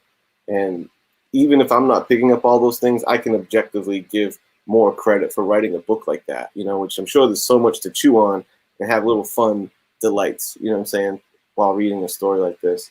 So I think that's great. It just shows effort, shows passion, and it's good stuff. I love the concept. Very original. Home run, man. I think I'm also going to give it a 4.5. I think it's a stellar concept. Yeah, so pretty high marks all around so far for the story. I mean, there you go. For the concept. The man knows what he's talking about. What can I say? Yeah. Yeah, he does. And of course, let's get the opinion for Mr. Gino Presents. David, how did you feel about the concept of the book? I know you've been a little bit all over the place on your opinions on this one. So I'm pretty curious about how you feel about the concept. Now, always keep in mind when I do my concept grades that I usually try to think of sales as well. I tried to include that in there a little bit. And that's where this is the only spot where I think this gets dinged. I think Alan Moore and all his creativeness sometimes overestimates the general comic book reading populace. Most of them are not going to know who these people are. So while I think it's cool that these literary characters are getting fleshed out and all that, that doesn't necessarily mean it's going to sell a lot of books. Because, let's face it, back in the 99 or whatever, if you're 13 years old, you probably don't know who Captain Nemo is unless you rode the ride, whatever. You don't know who Alan Quatermain is. You've never read Don Quixote, because they don't teach the classics anymore. So that's a little bit of a ding, and that's probably one of the reasons it didn't sell too well. I don't want to make it some big diatribe about the lack of literary education in America, but you got to look at your audience too. And just because your name's plugged on there doesn't always mean it's going to sell. If you don't make characters that people can a little more relate to, that little bit aside, everything else is just perfect on this. you take in literary greats and you're mashing them into looks like a like you said, Justice League or the big 007 series where they're all spy masters now. They can start answering to Q next and Moneypenny. But just a really cool concept. It's you take a bunch of lower powered superheroes or anti-heroes, and we don't know who the nemesis is yet. We don't know what the problem is. But, with Alan Moore and his anarchy fetish, we can assume it has something to do with that. I love that. The guy who lived a nice, quiet life, semi-rich in the English countryside, just loves anarchy so much. But whatever, he made all his money from capitalism. But anyway, so it's a really good concept for a book, and they obviously had some love for the source material because they put an artist on there. While the art wasn't to my liking that much, it was well done. I never ticked it for technical prowess, so that was cool. He knew when to shut up on the panels and let the art do the talking, and vice versa. And it's just a really cool idea, and I like the idea of a big mystery. I'm like Dave. I'm a big murder mystery fan. I'm more like the private detective stuff, the Phil Marlowe and the Travis McGee's and Lou Archers and all that. I love that, that noir kind of, I don't know what you call it anymore, but so I like the 30s and 40 pulps and all the novels that came out afterwards. So great concept. I don't think it was ever going to sell though. Once again, I'm not disparaging comic book fans. I'm a comic book fan, but a lot of them, when I read these stories, they're not as caring about intrigue. They want to see explosions every now and then or superheroic feats. And while we may get some of that, you don't really get it in this issue other than the bombacity of the giant squid Nautilus, So really solid concept. I just think that he might have been thinking a little too loftily for making good sales. And you got to think of sales because, no matter how good your writing is, if you can't move the print, it doesn't matter because there's never going to be a follow-up. So I'm going to give it a 4. Super solid. And yeah, I don't know what this is. Once again, I hate to keep saying it. This is how you do a first issue, and he did everything right up to almost all of it. So I'm just going to ding at that a little bit for sales, and sales is really important in comics. So 4, super solid and a great book. 4 is pretty solid score. I like the concept of it. I understand what you're saying. Like maybe it just didn't resonate enough with everybody to have really strong sales. I mean, the numbers were there. It's still Alan Moore, right? So we did sell a few just based on that. That's true. And if his name wasn't on that, this was just some other no-name writer. I wonder how many it really would have sold too. So yeah, I think it probably would have looked the waste. Make it a movie, so that's got to be worth something. Yeah, true. Of course, didn't they buy all his stories up though, like in one big sitting? Because I know they got Watchmen real cheap, and I think they got them all around the same time, didn't they? Some of them, like B and stuff, when all of it sold. Maybe he kept this one with American Comics or American Best Comics because they let him keep it, right? Maybe not the whole thing.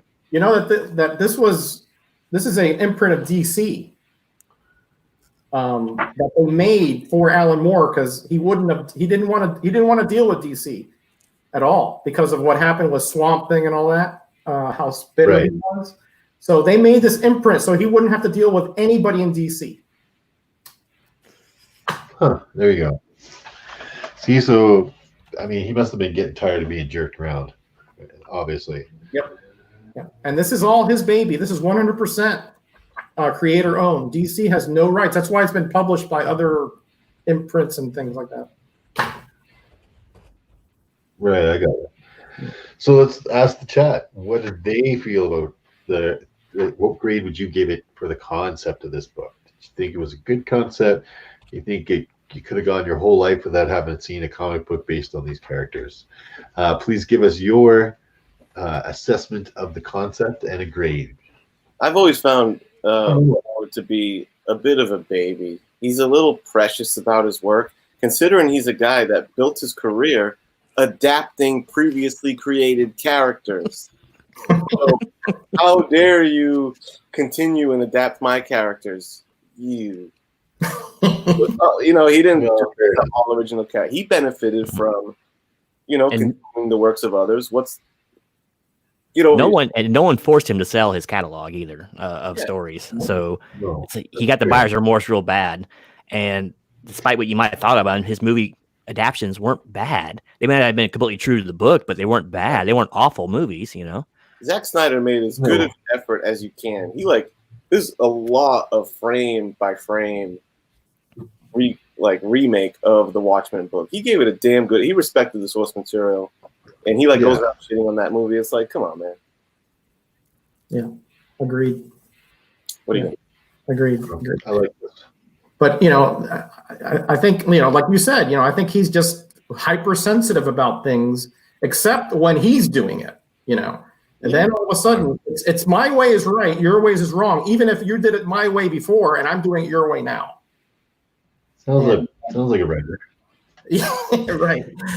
But I thought Watchmen, the movie adaptation, I thought Kenny was like you. I thought it was spot on, man. Yeah, it definitely deepened the story. You know what I mean? You can understand why they changed the end for the cinema, because it just does not translate well in a cinema aspect versus a comic. That I like creature thing. I like the cinema end. I like the cinema end better than the comic end. I like the explosion rather than the giant octopus thing. The giant octopus thing at the end of Watchmen always confused the living hell out of me. I was like, why would this big? I mean, it makes. I like the idea of it being an other, a space entity to make the world unite make sense. And I guess you can accomplish Manhattan being that other. But the HBO show kind of cleverly used the squid, but talk about an adaptation that really tweaked and messed with the original intent and source. I think the HBO show took lots of liberties, but that's the game, man. That's adaptation. That's how it goes. Yeah, that's right. We get enough chat scores in yet? Let's see here. Yeah, we got a few. Yeah. All right. Okay. And Bub is just got Kenny on the brain tonight. Yeah. He's wondering what his biological functions are, and He's running me through my pages too. He wants to know my video search history. Back off, Bub. Yeah, get off Cornhub. Yeah, we call Bub that's the Iowa channel. Big Brother Bub, Yeah, speaking of anarchists. No, Bub is Bub believes in his own style of government, Yeah, I can see that. In the Bub universe, there's Bub's way and everybody else's way. Let's hope Bub never runs for office.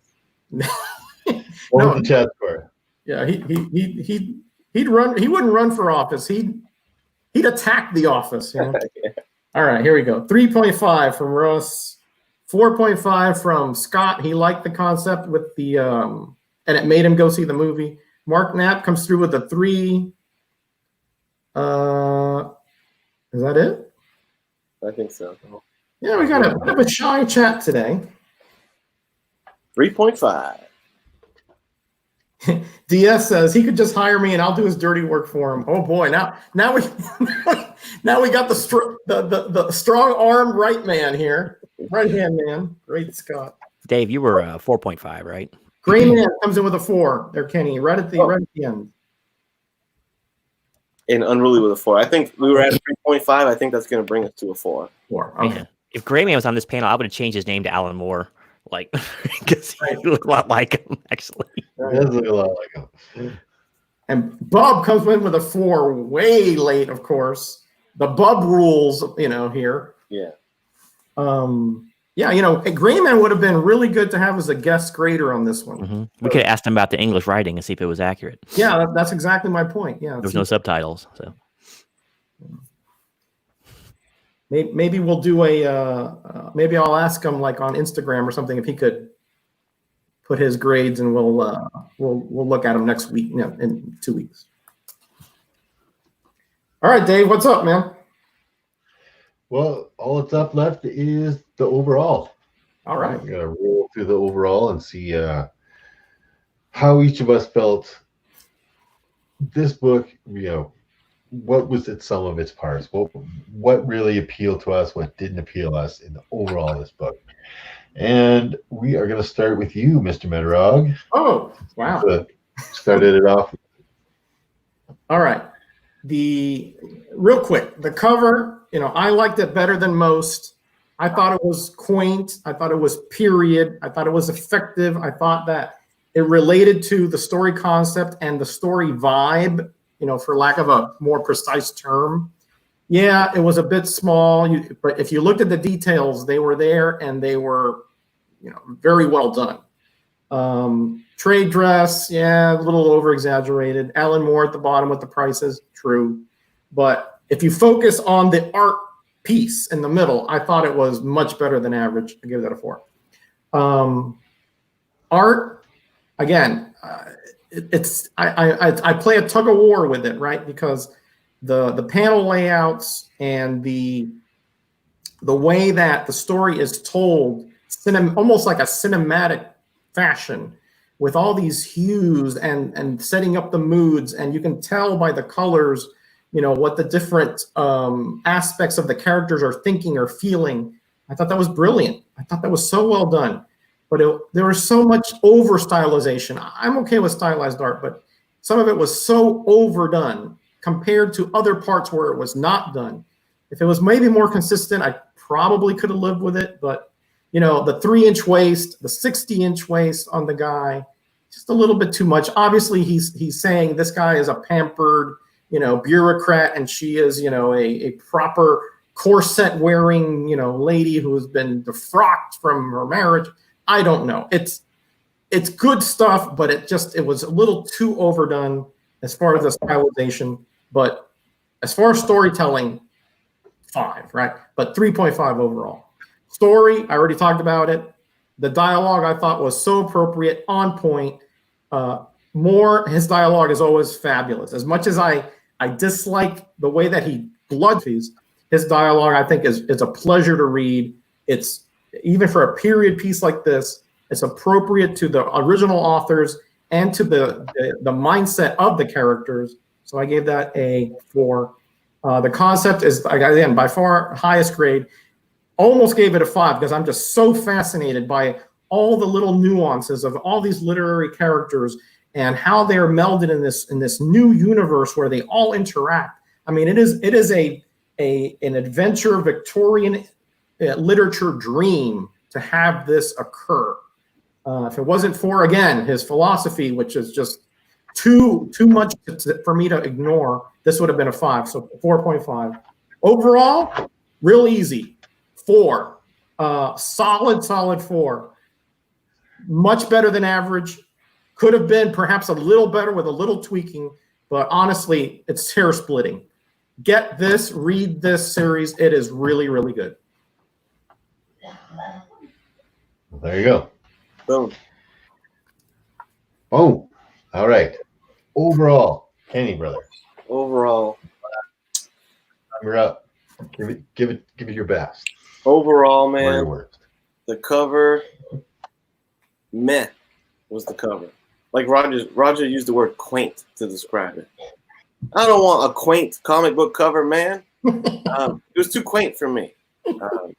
And the art was too, it needed to be big and blown up. It was too, and like to Gino's point, you could breeze right past that on the stands, man.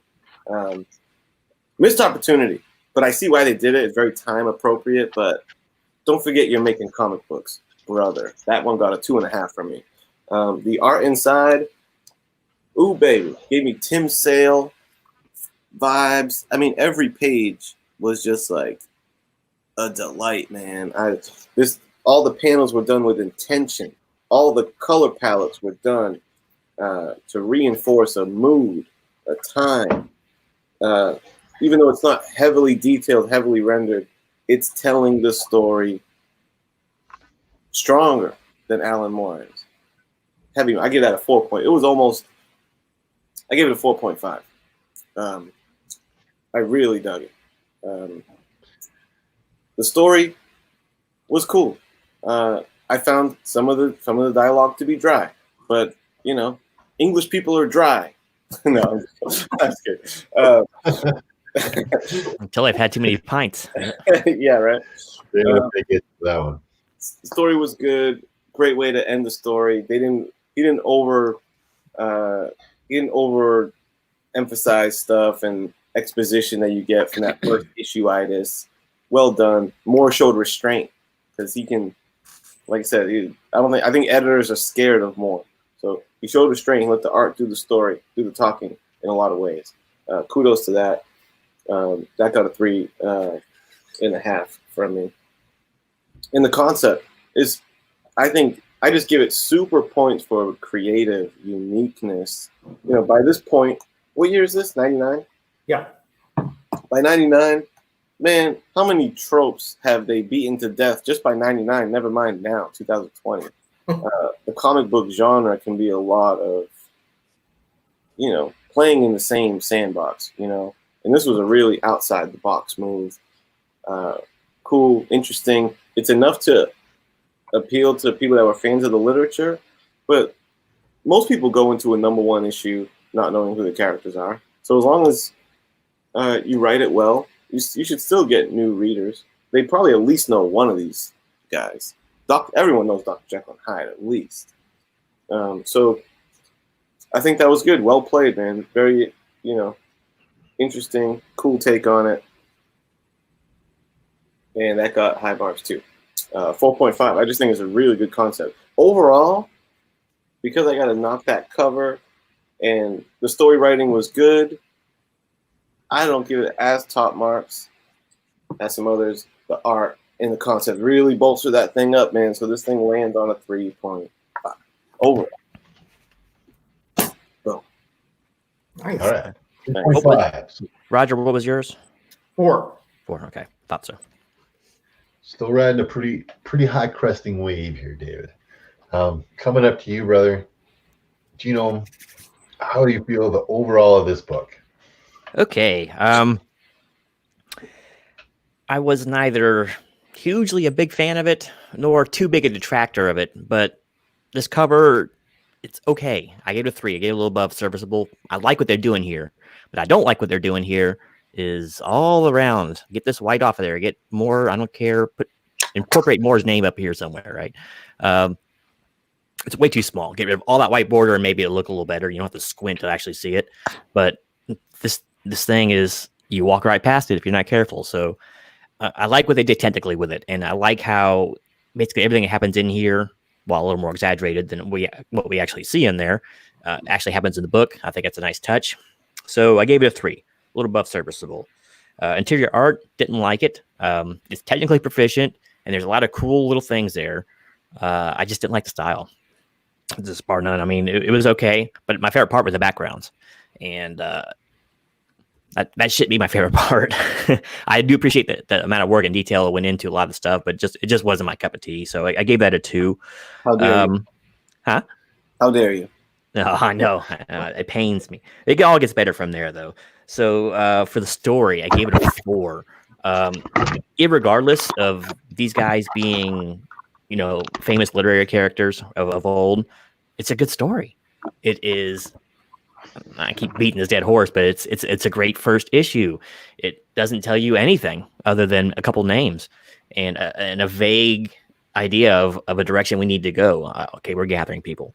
Okay, remember how New Warriors was a gather fest, but it was also a first issue-itis fest. You know, explain your powers. You got to fight some big baddie in the very first one. There's no mystery whatsoever. You know, this one lets the reader make up a lot of these stories by themselves. A lot of big gaps in time in between some of the stuff that happens too, which is a nice touch. So really good story. Gave it a 4. Concept, I gave it a 4 as well. Really strong concept. It's a great idea. Kind of bold in its execution. Probably not going to sell. If Moore's name wasn't on this thing, it would have been a huge dud, I think. But regardless of how good it was inside, you know, word of mouth, especially back then, still mattered. And it would have been, I think it would have been a real small. I mean, between the cover and little more irregular art inside and just a stranger concept overall, it wasn't destined to sell a ton. But I gave it a 4 because I liked it. And other than that small problem of selling a lot of comics, it's a really good, solid concept. So I give that a 4. My overall, I just went with the math and gave it 3.5. I was kind of leaning towards 4, but really the art turned me off so much in this cover that I just couldn't see myself doing it. But it's a really strong book. I was pleasantly surprised. I don't put more in the upper echelon of regard like most people do. Sometimes this character grates on me, but I shouldn't let, you don't judge the art by the artist, right? But so I was really pleasantly surprised with this book. I was really glad. I wasn't really looking forward to reading it. But once I got into it, I'm very glad that I did. So 3.5, solid book. I'm very glad you recommended it, Dave. Nice. Yeah, 3.5 is a pretty good score for me and Gino, that's for sure. For me, the overall, I felt that this book was better than just any one piece of it. You know what I mean? The lowest mark I gave was for the cover because it was so crowded and blah, blah, blah. But after you read the interior and you look at the cover again, the cover appealed to me a lot more after seeing everything that was in the interior and kind of having an understanding. And I know that's not exactly what you want a cover to do, but it brought the markup in the overall, like if I'm taking into account all of the book. Interior art was on point. I really liked it, like the cityscapes. The story, great story. Characters had good dialogue. Everything was interesting. Didn't bore me, right? Like, didn't confuse me too often. Maybe all the Arabic written in there was a bit confusing. But even in those Arabic scenes, the visuals, you know what's happening. You don't have to read what that guy's saying to know what he's saying. Concept of the book, great concept, right? Grab up all these old school characters. I don't have to give them backstories. They're already built in. I don't even have to tell people backstories because these characters have been around for 100 years. Everybody knows it.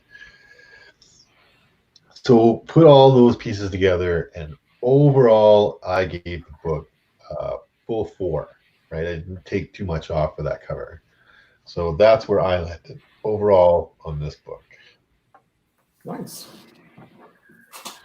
So the whole is greater than the sum of its parts, I think is what you're trying to get. Yeah, right? Like, that's a nice looking starter, but if I put it in a car, it's better. I mean, it's I thought, going back and looking at the cover after reading the interior helped the cover out for me personally. Right? Yeah. I thought the art really meshed well with the story and kind of played off each other to help each other.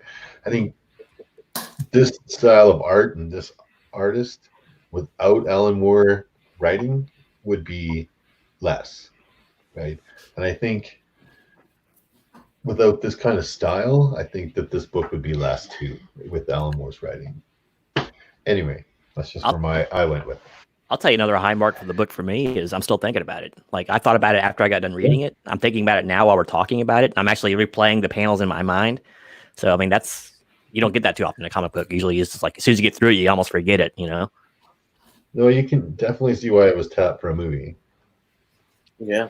Oh, that's rich. And it's perfect for movies too. It's like, once again, public domain. Just take it. You don't got to pay nobody no royalties or anything. Mm-hmm. Yeah. That's the script writer. They just took it in a very different direction than than here. Yeah. I think this story wouldn't be very appealing as a movie for the masses. I think it would be a little bit too much for people on a large scale. Probably too much of a slow burn. Yeah. Yeah, even though I think that's a common mistake, man, that filmmakers and probably even comic makers, TV, they don't give I don't think they give audience enough credit. Like The Joker is a really dark movie. The recent Joker movie, Mm-hmm. Yeah. like that's it goes into some dark places. I don't know. I just think people need to don't worry about sanitize. A lot of times people want to sanitize stuff so it sells better. But because they want to get that PG-13, right? Yeah, so that they get the most people into the theater. Right. All these little kids that you don't want to offend, guess what? They don't have jobs. They don't have money. They don't spend money. Forget it. Oh my God, brother. Deadpool's a rated R blockbuster comic book movie. They don't think that mixes. They're like, well, comic book movies, we need all the kids to see it. This is rated R. That does not compute. No, just Trust me, there's plenty of 25 to 45-year-olds or 25 to 55-year-olds that want to see that badass action, brother. Maybe we don't want to go to a theater with a bunch of 13-year-olds.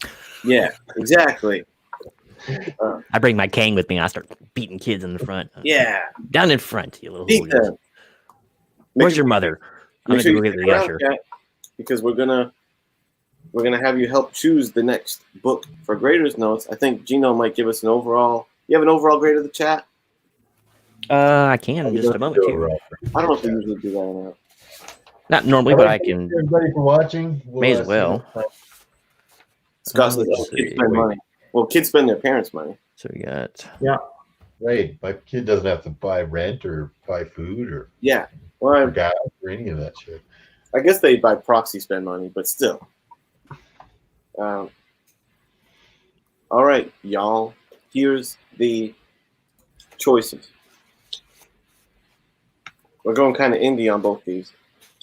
We could either A, almost keep a similar theme here of a team up of classic pulp heroes with Masks, #1, Dynamite Studios, a team up of Zorro, the Green Hornet, Kato, the Spider, and the Shadow. Let me just show you one thing. This is what you're getting into on the interiors of this thing. A fully illustrated Alex Ross comic book. So that's some new territory for us. How does a fully illustrated Alex Ross book hold up? And like I said, it's kind of funny because it kind of piggybacks on the concept. So that's choice #1, Masks #1. In a very cheap book. They made like 50 variant covers for that #1 issue. Or another artist heavyweight that doesn't have like a ton of fully interior illustrated comics, as far as I know. We're talking Eagle Comics, Judge Dredd #1, fully illustrated by the one and only Brian Boland, ladies and gentlemen, and just some classic Judge Dredd action from Eagle Comics. So I think 2 fun picks. I'd be happy going through either of these, I think, with you guys. So here's your choices, chat. What do you think? Judge Dredd #1 or Masks #1? Tough choice. I think that's good. But I only ask. Well, I guess he doesn't wear a mask. I was going to say otherwise. Doc Savage should be with the pulp heroes. Doesn't wear a mask. Right. Doesn't wear a mask. Is it in there? And isn't Doc Savage Marvel? No. Doc Savage is way older than Marvel. But I think they got the rights to him, though, right? Oh yeah. Oh, maybe they have the rights. Yeah, I don't know. I don't know about that. Straight. But that's cool. Cool stuff. Russ says, "Where's the McFarlane option?" The McFarlane auction. Yeah. Miracle doesn't allow that. Listen, No. we know if we pick McFarlane where it's going to go, Russ. Yeah. All right, we know right where it's going to go. We've only done one McFarlane book, haven't we? Yeah. The entire show, yeah. You wonder why? You only do the one Hulk issue? That is funny. Yeah. That was good ratings. Mask is very appropriate book right now in this COVID era. Mask. I always think of the movie. Everyone's got masks right now. I don't know. I think looks like people are picking Judge Dredd. Judge. Someone was asking about my Snake Eyes tattoo. Ooh. Bam. Looks like we got Scott Neely with Mask, Mark Knapp with Judge Dredd, Jeff Schultz with Masks, Gray Man, I guess, is saying Judge Dredd, and Super Russ Judge. 3-2 Judge right now. Yeah, I guess Judge. Yeah. To Judge. Judge Dredd, I am the law. So we're Did going y'all- to back-to-back English comics, essentially. Did y'all see We should the almost, Carl we should Urban almost, like, Judge Dredd? we should almost watch or read the comic and watch the movie and compare them. And so even I would still recommend because you can. It's like I know they're on eBay for like $2 a piece. Most copies of Masks #1 was heavily printed, and there's a million variant covers. But man, there's not a lot of fully rendered raw stuff. It's worth checking out. It's worth picking up. Let me just show you this little splash page. Check this out, Miracle. Full page, this baby. Yeah, make it big. Look at this double page spread, man. Oh yeah, the shadow looks good. Little Kato kicking action. Makes the Green Hornet look really cool. Yeah. Yeah, it's a fun book. Nice. But yeah, baby, he is the law. And you better believe it. All righty. Cool. The people have spoken. Yes. Judge Dredd. Man, I used to find that Judge Dredd comic in dollar bins everywhere. Yeah. I haven't seen it for a while. Yeah. Used to be, but All right, so now that we've picked our next issue, let's go It's a around. series. Gray Man. It's a series. Yeah, it went on for a little bit of a series. It's not his first appearance. His first appearance is some weird British magazine, but Yeah. American Graffiti, I think is the name of it. The magazine. it's a British it's an AD 2000 or British something. magazine called American. Oh yeah. Something 2000. No, Yeah. but 2001 AD. 2000. 2000 AD. Yeah. Is that it? Is that what it's called? Yeah. Yeah, that's Yeah. right. something like Yeah. that. Gray Man will chime in, but I'm pretty sure it's 2000 AD. Yeah.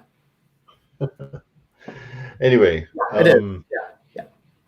I'd like to know what you guys have coming up on your channels for the next couple weeks until we get back on Graders Notes. So if you could do yourself a favor and plug yourself with any upcoming stuff there. We'll start with Roger. Roger, you got anything coming up, brother? I'm probably gonna have a support video on Saturday or Sunday for Spider Comics 7 and maybe for GP Venom. I try to support as many contests as I can because they take a moment of their time to celebrate with us. So I try to at least make an effort to support them, especially since these are my friends, right? Yeah. Tuesday, I started a new series a couple weeks ago called My Top 5 Reads, and a couple people wanted. I asked a couple people what they wanted, if they liked the concept of that series, and second, what they would like to see. So I think Kenny chimed in on that, and I believe that a couple people asked for top 5 deaths in comics. That's a fun one too. Right, and again, this is that I've read. Okay, so I haven't read everything. I wish I had, but I have not. So I'm going to be doing that on Tuesday.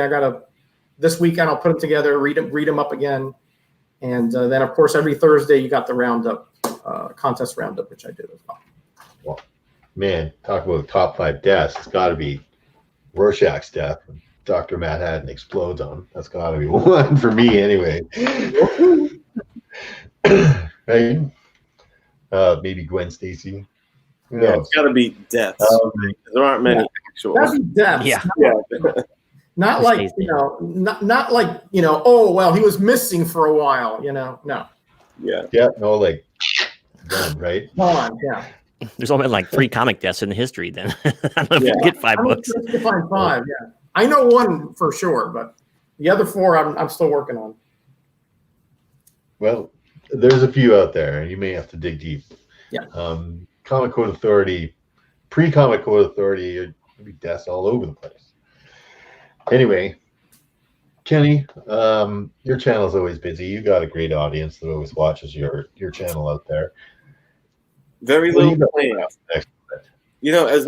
As many videos as is on my channel, the amount of the videos that are really planned more than a day or 2 in advance is really low. So when you ask me what's coming up, I'm like, well, No, right? You're all over it. Mega Power Hour with Biggie and this show. Those are my two. Everything else freestyles. usually if I buy something cool, I'll do a little live stream. But there is a team draft coming up with a whole panel of draft mates. But I don't have a definitive thing yet. Yeah, I did it on Mega Power Hour a while back, and I'm bringing it back, baby.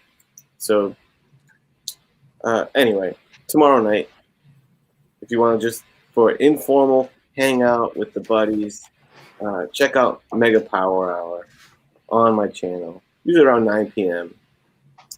is where the hang begins. And that's right, it's Biggie Shaq's birthday this weekend. So maybe, maybe that'll be in the mix. We're going to have some fun with Biggie this weekend. So that's worth the price of admission right there. All right. Yeah. Bring the noisemaker. Your channel is great for live streaming. Everybody loves to go to your channel, watch all the live stuff that just happens to pop up on your channel. Yeah, hit that notification bell. Gino, I know you got something coming up, brother. Yeah. Good news in the land of Genome. So after so long of being without an interview, I cast my nets pretty wide. I finally got some hits. I actually got like 3 in 1 week. I'm not going to announce the last 2 because I'm still, until I get a date and time locked in, I don't want to do that. And it's just not good. So tomorrow, actually, I should be interviewing Comic Book OG. And this one really excited Dave because he's apparently a big Transformers G1 fan. So I'm talking about other than writer, editor, artist Bob Budiansky. All right. So I'll be interviewing him on the channel tomorrow. I don't think it'll be live. He hasn't said yay or nay which he wants. But so I'm going to be talking to him about Ghost Rider, editing at Marvel, of course, maybe a little bit Transformers. And the main reason I wanted to talk to him was Sleepwalker. I want to get to know all about Sleepwalker because he's the one that invented the character and wrote him through the entire run. So he's done lots of cool stuff outside of comics too. So it should be really interesting. So looking forward to that. So yeah, he was at Marvel for over 20 years. So I'm sure he has some stories to tell. So that's the one I'll announce, but I got 2 other ones that are pretty exciting for me anyway, coming up in the near future. And other than that, I'm just going to keep plugging along with what I normally do with music reviews, video reviews, TV episode reviews. I just reviews everything. I should just call the channel Genome Reviews. But yeah, so that's what's going on though. So just exciting interview stuff up and then more of the same after that. Well, I am definitely excited to see Bob Budiansky's interview with you for sure. Because I am a huge Transformers fan. I mean, anybody my age has to be, right? I mean, researching for the interview, I didn't realize how much of he'd actually done. I just thought he took over the comic book. I didn't realize that the toy companies really just dumped it on his lap. Oh man, they had nothing. Invented there was basically Larry Hama and a few other guys invented that with Bob Budiansky's input too. Invented those first 4 issues, and then he just ran with it and everything like the Dinobots, Devastator, Shockwave, like just so many characters that he created for 55. He did the first 55 issues. So he set the tone for Transformers, man. I mean, that Michael Bay films, they're everything in those films is ripped off of Bob Budiansky's stories. Mm-hmm. Everything. It's all lifted right out of there. So I'm a huge Transformers fan, so I was really excited to see that interview. I hope you ask him a couple of Transformers questions. I might ask for me personally, because I could get on there and be like, okay, what about this? Oh, what this? In episode 4, when he did this and this and said that, what were you meaning? Like, right? It's not. You'd be like, okay, wait a minute. I didn't know this was going to be a Transformers. For me personally, I got another, top 5 undervalued coming out here right away. I've been getting a lot of new subscribers lately, which I really, really appreciate. So I might be kind of doing a bit of a retro one, just kind of highlighting a few of the issues I think people should be looking for. That way everybody doesn't have to go back to every one of my old videos and take a look. Other than that, graders notes and seeing where it goes all the time, right? I show up on people's live streams all the time. You never know when I might hit you up on it. So that's all that I've got going on. That's all of my compatriots got going on.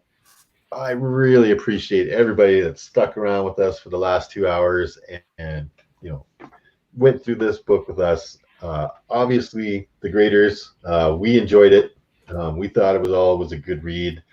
We may have had a few detractors from it, but generally, it's worthwhile. And I think everybody wants to keep reading. Kenny said he's already been reading ahead, and I might just go find a trade paperback or some more of the back issues and finish it off myself. It's a very good story. I'd like to see where it goes. And that's been it for Graders Notes, guys. Like I said, thanks for hanging in there. We'll see you again in 2 weeks when we're going to go over Judge Dredd, #1 from Eagle. Comics. From Eagle Comics, right? So another independent, this time a British independent comic writer or comic publisher. And yeah, it should be a lot of fun. Again, thanks for watching, guys. We'll see you next time. Bye.